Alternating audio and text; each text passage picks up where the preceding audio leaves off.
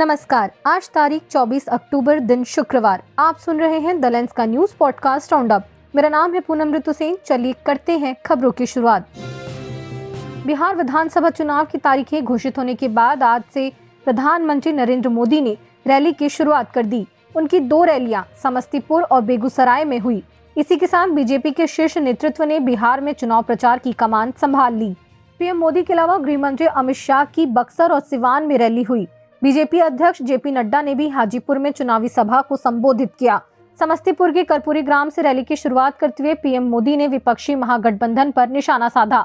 उन्होंने खुद को मुख्यमंत्री नीतीश कुमार को और केंद्रीय मंत्री रामनाथ ठाकुर को पिछड़े समुदाय से आने वाला बताया। बिहार में 6 व 11 नवंबर को 2-2 चरणों में चुनाव होगा और 14 नवंबर को रिजल्ट आएगा। कांग्रेस पार्टी ने बड़ा फैसला लेते हुए जम्मू कश्मीर में आगामी राज्यसभा चुनाव और विधानसभा उपचुनाव न लड़ने का ऐलान किया है। इस स्वतंत्रता के बाद पहला मौका है जब कांग्रेस इन चुनावों से दूर रहेगी। 24 अक्टूबर को होने वाले राज्यसभा की 4 सीटों और 11 नवंबर को नगरोटा व बड़गाम में होने वाले उपचुनाव में सत्तारूढ़ नेशनल कॉन्फ्रेंस ने अपने उम्मीदवार उतारे हैं। कांग्रेस ने एनसी के 4थी राज्यसभा सीट और नगरोटा सीट के प्रस्ताव को ठुकरा दिया। अब एनसी का सीधा मुकाबला भाजपा से होगा। दोनों सहयोगी दलों के बीच हाल ही में मतभेद तब उभरे जब एनसी ने कांग्रेस को पहली 2 राज्यसभा सीटों में हिस्सा देने से इनकार कर दिया। नगरोटा में भाजपा विधायक देवेंद्र सिंह राणा के निधन और बड़गाम में मुख्यमंत्री अमर अब्दुल्ला द्वारा सीट खाली करने के बाद उपचुनाव हो रहे हैं।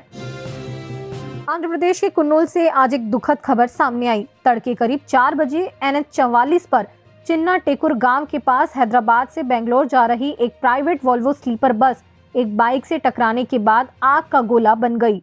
इस भयानक हादसे में 20 लोगों की जान चली गई, जिसमें बाइक सवार भी शामिल है। बस में 41 यात्री सवार थे। पुलिस की जांच में सामने आया कि बस के पिछले हिस्से से बाइक टकराई, जिससे पेट्रोल लीक हुआ और आग लग गई।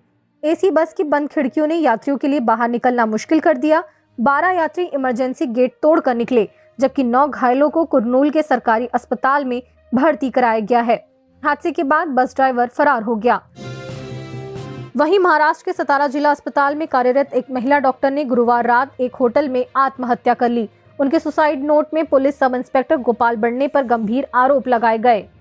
नोट के अनुसार बड़ने ने 5 महीने में 4 बार उनके साथ बलात्कार किया और मानसिक शारीरिक शोषण किया, जिसने उन्हें यह कदम उठाने के लिए मजबूर किया।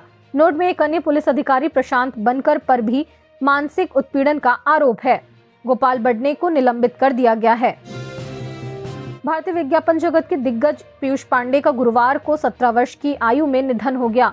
4 दशकों तक ओगिलवी इंडिया को अपनी रचनात्मकता से सजाने वाले पांडे ने विज्ञापनों को भारतीय दिलों की धड़कन बना दिया। जयपुर में जन्मी इस रंगीन शख्सियत ने फेविकोल, कैडबरी और एशियन पेंट्स जैसे ब्रांड्स को हर घर कुछ कहे और कुछ अच्छा हो जाए जैसे लाइनों से घर घर पहुंचाया।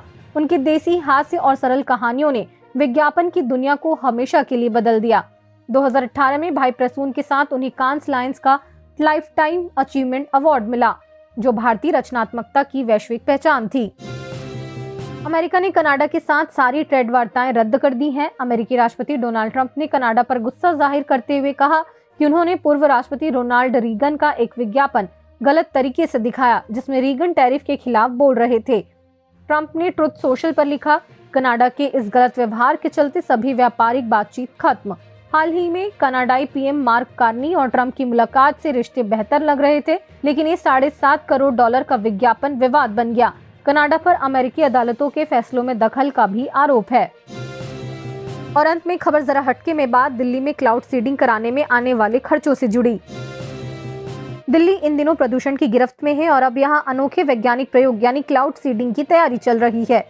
मुख्यमंत्री रेखा गुप्ता ने सोशल मीडिया प्लेटफॉर्म पर बताया कि बुराड़ी इलाके में क्लाउड सीडिंग का सफल ट्रायल किया गया है। मौसम विभाग के अनुसार 28 से 30 अक्टूबर के बीच आसमान में पर्याप्त बादल बनने की संभावना है।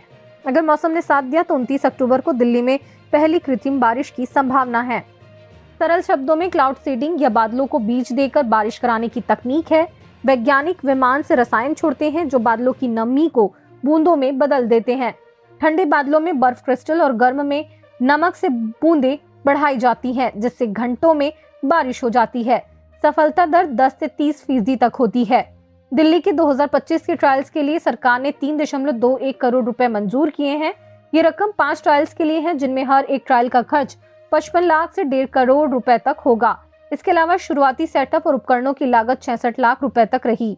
अगर इसे क्षेत्रफल के हिसाब से देखा जाए तो 100 स्क्वायर किलोमीटर में बारिश कराने के लिए लगभग 1 लाख रुपए प्रति किलोमीटर का खर्च बैठता है। इस प्रक्रिया में मुख्य रूप से सिल्वर आयोडाइड और लिक्विड प्रोपेन जैसे रसायन उपयोग में लाए जाते हैं। भारत में आमतौर पर सोडियम क्लोराइड और कैल्शियम क्लोराइड का प्रयोग होता है।